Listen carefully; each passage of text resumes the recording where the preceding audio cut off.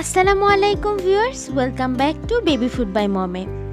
সঠিক পুষ্টি ঘাটতির কারণে ঠিকমতো না খাওয়া বা খাবার টেস্টি না হওয়ার কারণে যেসব শিশুদের ওজন একটু কম, তাদের জন্য আজকে আমার এই রেসিপিটা হাই প্রোটিন, ফাইবার এবং ক্যালসিয়ামে ভরপুর একটি রেসিপি। অনেক মায়েরাই বাচ্চার কম ওজন নিয়ে চিন্তিত থাকেন। স্বাভাবিক ওজনের তুলনায় কিছুটা ওজন কমে গেলে তারা ডাক্তারের কাছে গিয়ে খুবই হতাশা হয়ে পড়েন। কিন্তু ডাক্তারদের মতে যদি শিশু অ্যাক্টিভ থাকে, সুস্থ থাকে এবং ঠিকমতো তাদের স্বাভাবিক অ্যাক্টিভিটিসগুলো করে, তাহলে কিন্তু এতে চিন্তার কোনো বিষয় নেই। 6 মাস থেকে শুরু করে যে কোনো বয়সের বাচ্চাদেরকে আপনারা এই রেসিপিটা দিতে পারবেন। তো চলুন সরাসরি আমরা রেসিপিতে চলে যাই। প্রথমে আমি একটি বলে 2 কাপের মতো চিড়া নিয়ে নিয়েছি এবং এই চিড়াটা আমি ফুটন্ত পানি দিয়ে ভালো মতো ধুয়ে নিব। চিড়াটা ভালো মতো ধুয়ে এরকম সাদা পানি চলে আসলে আমি প্রায় 5 মিনিট ভিজিয়ে রাখবো। তারপরে একটা ব্লেন্ডারের ভিতরে আমি এই চিড়াটা দিয়ে দিব, কিন্তু এর আগে চিড়া থেকে আমি কিছু পানি সরিয়ে রাখবো। আপনারা যদি চান তাহলে সম্পূর্ণ ভেজানো পানিটাও এখানে ব্যবহার করতে পারেন, তাহলে এই মিশ্রণটা একটু বেশি লিকুইড হবে। চিড়া কিন্তু খুবই সহজপাচ্য একটি খাবার, বাচ্চারা সহজেই হজম করতে পারে এবং বাচ্চাদের রাতের ঘুম কিন্তু খুব ভালো হয় এবং বাচ্চাদের পেট অনেকক্ষণ ভরা থাকে। তারপর এতে আমি কয়েক টুকরা গাজর অ্যাড করে দিব। চাইলে আপনারা এখানে বয়েল করা গাজরও অ্যাড করতে পারেন বা কাঁচা গাজরও অ্যাড করতে পারেন।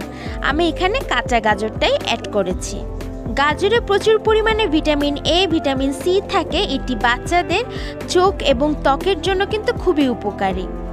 এরপর এখানে আমি 1 ঘন্টা আগে 3 পদের বাদাম ও কিশমিশ ভিজিয়ে রেখেছিলাম যাতে এটা একটু নরম হয়, সেটা আমি অ্যাড করে দিব। আপনারা চাইলে এখানে যে কোনো 1 পদের বাদাম ব্যবহার করতে পারেন। যদি 6 মাসের বাচ্চাকে দিতে চান সেক্ষেত্রে কাঠবাদামটাই ব্যবহার করাটাই শ্রেয়। এরপর এতে আমি একটা অগ্নিশ্বর কলা অ্যাড করে দিব। এই কলাটা অন্য কলার তুলনায় একটু বেশি পুষ্টিকর। আপনারা চাইলে যে কোনো ধরনের কলা এখানে ব্যবহার করতে পারেন। আমি এখানে পুরো কলাটাই দিয়ে দিব। আপনারা চাইলে এখানে বাচ্চার বয়স ভেদে অর্ধেক কলাটাও ব্যবহার করতে পারেন, বা কলার পরিবর্তে আপনারা কিন্তু এখানে আপেলও ব্যবহার করতে পারেন। তারপর সব উপকরণগুলো আমি ভালো মতো ব্লেন্ড করে নিব। একটু বেশি সময় ধরে ব্লেন্ড করব যাতে সব উপকরণগুলো ভালোভাবে মিক্স হয়ে যায় এবং কোনো ধরনের দানাদার কোনো কিছু না থাকে।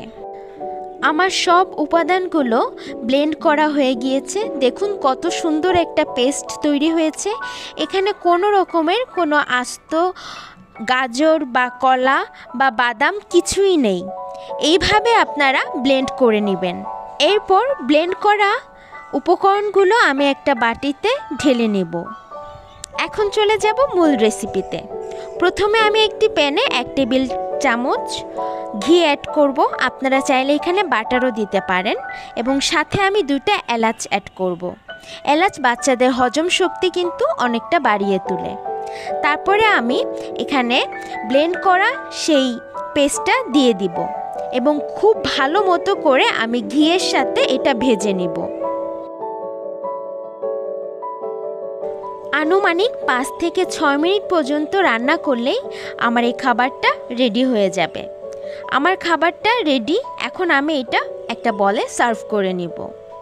চাইলে কিন্তু আপনারা এখানে ফর্মুলা মিল্কটা অ্যাড করতে পারেন, আর যাদের বাচ্চার বয়স 1 বছরের বেশি তারা কিন্তু এখানে গরুর দুধ দিয়েও রান্না করতে পারেন। বাচ্চাদের সকালের, দুপুরের অথবা রাতের খাবারে কিংবা বিকালের হালকা নাস্তায় এই খাবারটি আপনি আপনার বাচ্চাকে খাওয়াতে পারেন। আমরা অনেক মায়েরা কি করি, বাচ্চার স্বাস্থ্য দ্রুত বাড়ানোর জন্য এবং ওজনটা বৃদ্ধি করার জন্য অতিরিক্ত পরিমাণে 1 গাদা পুষ্টিকর খাবার একসাথে আমরা খাওয়াই। তাই খাবার যতই পুষ্টিকর হোক না কেন, বাচ্চাকে 1 গাদা খাবার না দিয়ে পরিমিত পরিমাণে খাবার দিবেন। দেখবেন ইনশাআল্লাহ তার স্বাস্থ্য অনেক ভালো হবে এবং তার ওজনটাও ঠিকমতো বয়স অনুসারে বৃদ্ধি পাবে। অবশ্যই বাচ্চার জন্য এই রেসিপিটা ট্রাই করবেন এবং আমাকে কমেন্ট বক্সে জানাবেন বাচ্চার কেমন লেগেছে।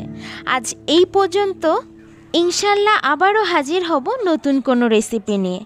ততদিন পর্যন্ত ভালো থাকবেন। আল্লাহ হাফেজ।